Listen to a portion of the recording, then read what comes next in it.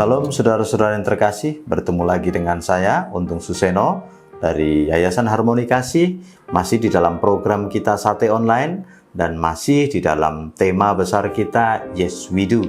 Jadi saudara, setelah pertemuan yang lalu kita membicarakan tentang menjadi penolong atau peran istri di dalam keluarga, maka sekarang kita membahas tentang cinta yang tidak pernah gagal.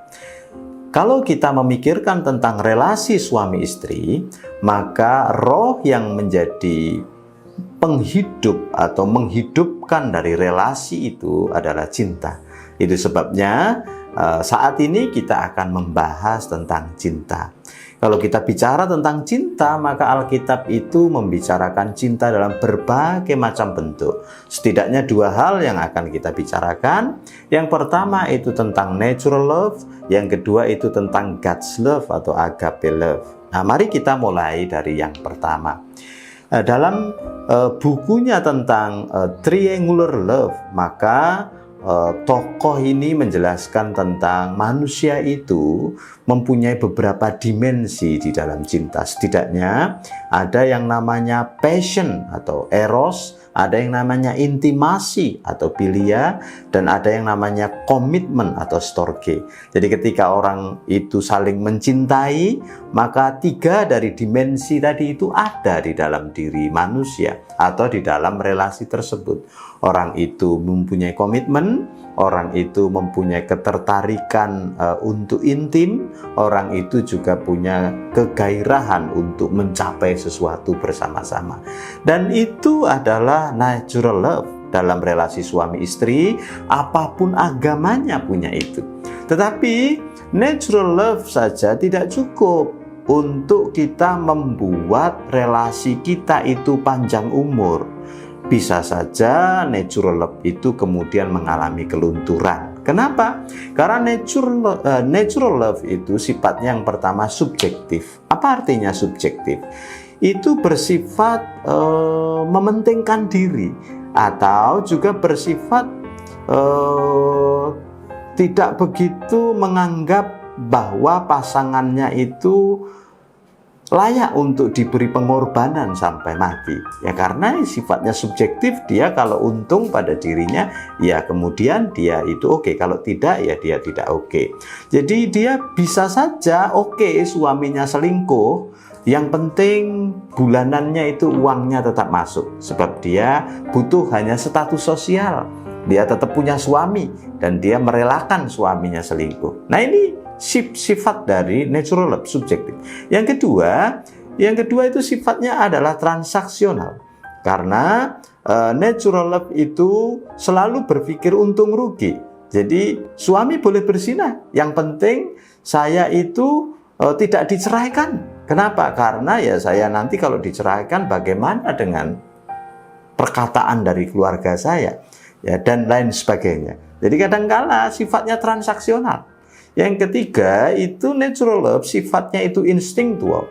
Apa itu? Ada hal-hal yang unspoken, yang tidak terkatakan, yang kemudian itu menjadi insting dari manusia untuk kemudian mencari pemuasan dan pemenuhan. Sehingga kadangkala natural love itu yang sifatnya instinctual tadi sulit dikendalikan. Nah, misalkan beberapa tokoh, misalkan saya pernah membaca kisah tentang Aristotle Onassis atau Onassis yang sangat terkenal itu, dan kemudian itu menikah dengan Tina Mary Livanos dan kemudian bubar pernikahan itu. Kenapa? Karena dia itu tertarik dengan seorang gadis yang namanya penyanyi opera yang namanya itu Maria Callas. Lalu kemudian dia menikah dengan Maria, dan kemudian tidak lama kemudian karena ada kebutuhan pengakuan sosial, dia itu menikahi istri atau jandanya John F. Kennedy, Presiden Amerika. Namanya itu Jackie. Jadi dalam biografinya kemudian dituliskan di sana kalimat yang unik. Ayahku mencintai nama dan Jackie mencintai uang. Jadi kalau begitu, Onassis itu menikah dengan Jackie karena ada unspoken need, ada kebutuhan akan pengakuan. Dan ini instinktual. Kemudian dia rela meninggalkan istrinya menikahi Jackie. Kebutuhannya apa? Mendapat pengakuan bahwa dia itu menikahi mantan istri presiden. Kira-kira begitu ya, walaupun Onasi sangat kaya. Nah, yang kedua kita akan bicara tentang agape love. Kalau natural love itu sifatnya itu seperti tadi, sangat-sangat subjektif, instinktual, transaksional, maka agape love tidak. Agape love itu sesuatu yang berasal dari Allah, sehingga ketika kita itu menikah, kita membutuhkan ini. Kenapa? Karena kasih ini tidak ada habisnya. Ada kalanya pasangan kita itu menyakiti kita, melukai kita, bahkan kemudian mungkin meninggalkan kita untuk sementara waktu. Tetapi agape love itu lahir dari Allah yang kemudian inkarnasional. Maka di sana orang itu belajar tentang hal-hal yang supranatural. Misalkan apa? Mengampuni orang yang jelas-jelas melukainya. Menerima seperti Yesus menerima kita orang berdosa. Kalau pasangannya kembali lagi, dia berinisiatif bahkan untuk memulangkan pasangannya. Sehingga agape love ini adalah cinta yang mesti dimiliki oleh pasangan suami istri. Bagaimana memilikinya? Saudara harus mengenal Tuhan Yesus. Sebab agape love datang dari luar diri kita. Dia adalah miliknya Allah dan dia hadir dalam hidup kita. Kalau Allah yang adalah pemilik sang agape love itu sendiri tinggal di dalam hidup saudara.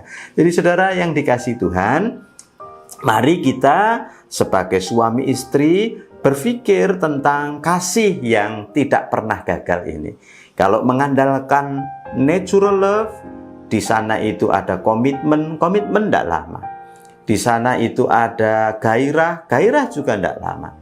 Di sana ada keinginan untuk intim itu juga tidak lama. Semua sifatnya temporer dan itu natural love. Maka ketika semua itu tidak bisa lagi mengikat tali kasih tadi, hanya tinggal agape love yang perlu saudara harapkan untuk kemudian kita bisa melanjutkan perjalanan sebagai suami istri.